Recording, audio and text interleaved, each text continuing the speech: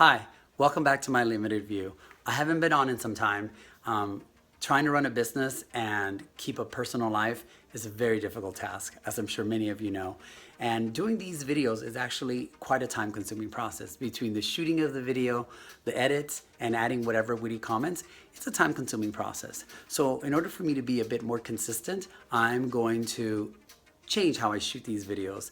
I'm gonna shoot it straight through, no cuts, no edits. Whatever mistakes I make, you're gonna see them all, because that's life. We make mistakes along the way. Since I last saw you, I've gotten rid of my beard. I have to admit, it took a few weeks to get used to seeing my face again and the lines in it. It's funny how many people were happy to see that I took it off and how many people expressed their dissatisfaction with the fact that I took off my beard. So, hey, can't please everyone. The last video I loaded was about kind of understanding who you are and actually what makes us. And I had some of you send me notes and respond to the video positively. And one of the people that I was talking to is a friend of mine that I used to work with a long time ago. And we were just talking about what in our past can trigger how we act and interact with the world. And I'm pretty confident, I'm pretty assertive. If I see something, I go for it, I want it. I'm very task-driven and I'm very goal-oriented. So we were talking about how is it that I'm this way? Why do I manage myself this way? And I used to work with him, so he had a different perspective as a coworker and used to be my boss. And as we were talking, he did say, he goes, you are confident and you're assertive, and some people can be turned off by that. And so we started talking as to why I am this way, like how did this come about? And I mentioned my childhood to him. And now when I talk about childhood, it's pretty safe to say that no one had a perfect childhood.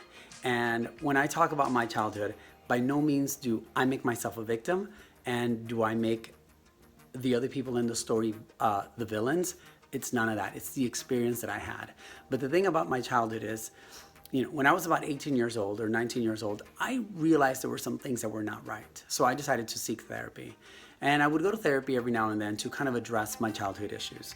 When I was about 26 years old, I was confronting something, and my therapist said, well, because of your childhood. And I said to him at the time, look, how long am I going to be singing that tune for? I'm 26 years old. We've been discussing this for a bit now. Like, when am I going to be able to let that go? I like to see results, whatever I'm doing. And he said something that really helped me understand and made me be a little more compassionate. He said, in order for you to let go of your past, you have to figure out what you're letting go of. And I know it sounds very simple to me now, but it made me realize there are some things in my past that are still showing up in my day-to-day life as an adult. So when I was talking to my friend, I said, I think it comes from the fact that from the time I was 16 and under, from the time I can have a memory, I was in an environment where it was emotionally and physically and verbally abusive.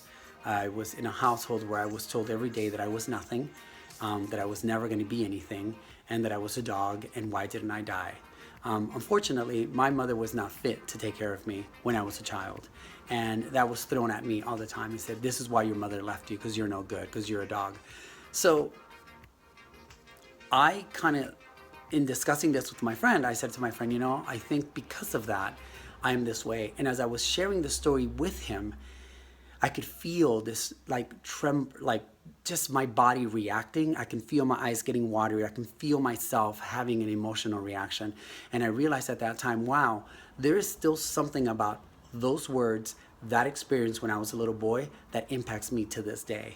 And on a conscious level, I didn't think, screw you, I'm gonna prove you wrong. But I know that experience was the fire I needed to break away.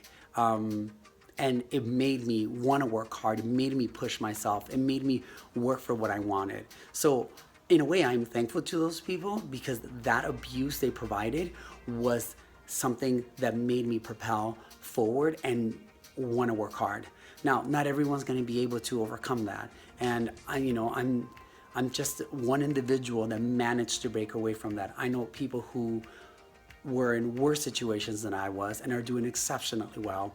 I also know people that were brought up in a great household and have a lot of issues. So your experience and what you experienced as a child may be showing up as an adult now, and how you handle it and how you overcame it is something that you have to process.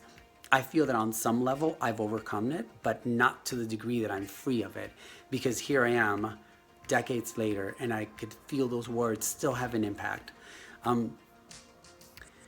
It was a bit surprising. You know, I've spent some time trying to understand why I do what I do. My goal is to figure out what are the things that hold me back so I can be the best version of myself. I was reading Malcolm Gladwell. I'm a huge fan of Malcolm Gladwell. I'm gonna put a link to his book in the notes. He wrote a book titled The Outlier. That was the first book of his that I read.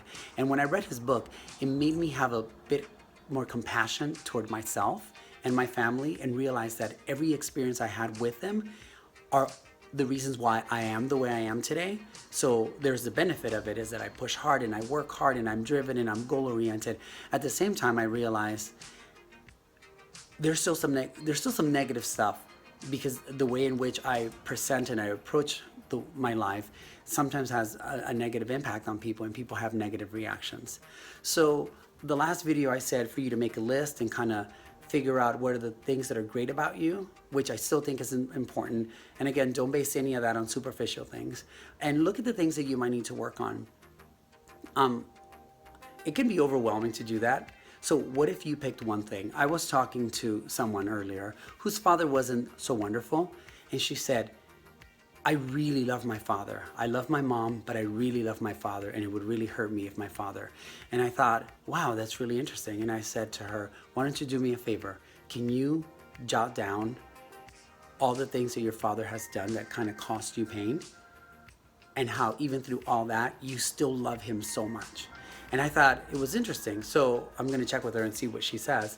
And for me, it was interesting to see how much of those words that were said to me as a child, you're a dog, you're no good, why don't you die, how they're still impacting my life. So instead of making the list a long list, why don't you pick one thing? There's whatever it is. Let's say somebody body shamed you, or somebody insulted your looks or your body, whatever it is. Take that one item, put every hurt feeling that you have with that item. And then on the other side, all the counter things that you know to be true. I mean, even though our heads run wild with negative thoughts, we know deep down what the truth is. And for every negative thing that you experience, write all the positive things that have come out of it. I mean, I'm grateful for the fact that I was in that environment, because I'm very task driven. I'm very goal oriented. I work hard for what I want. I set goals. I want to do a good job. I would have never had that desire to fight had I not been in that environment. I studied martial arts for 12 years. I got a black belt. I've done so many things in my life, and that was the thing that kind of ignited all of it, that desire to want to excel. So do that for yourself. Don't go crazy. One item, break it down. Be kind, as always. And I'd love to hear what you discover, and little by little let go of whatever stuff we're holding on to. Anyway, I don't want to make the videos too long, because I'm not going to be able to edit them anyway.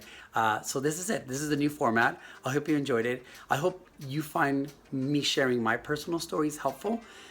If anything, it'll hopefully give you empathy for someone who, even though you may have not had that story, to understand how some people may struggle way harder for something easier, and some people who had really miserable lives are doing exceptionally well.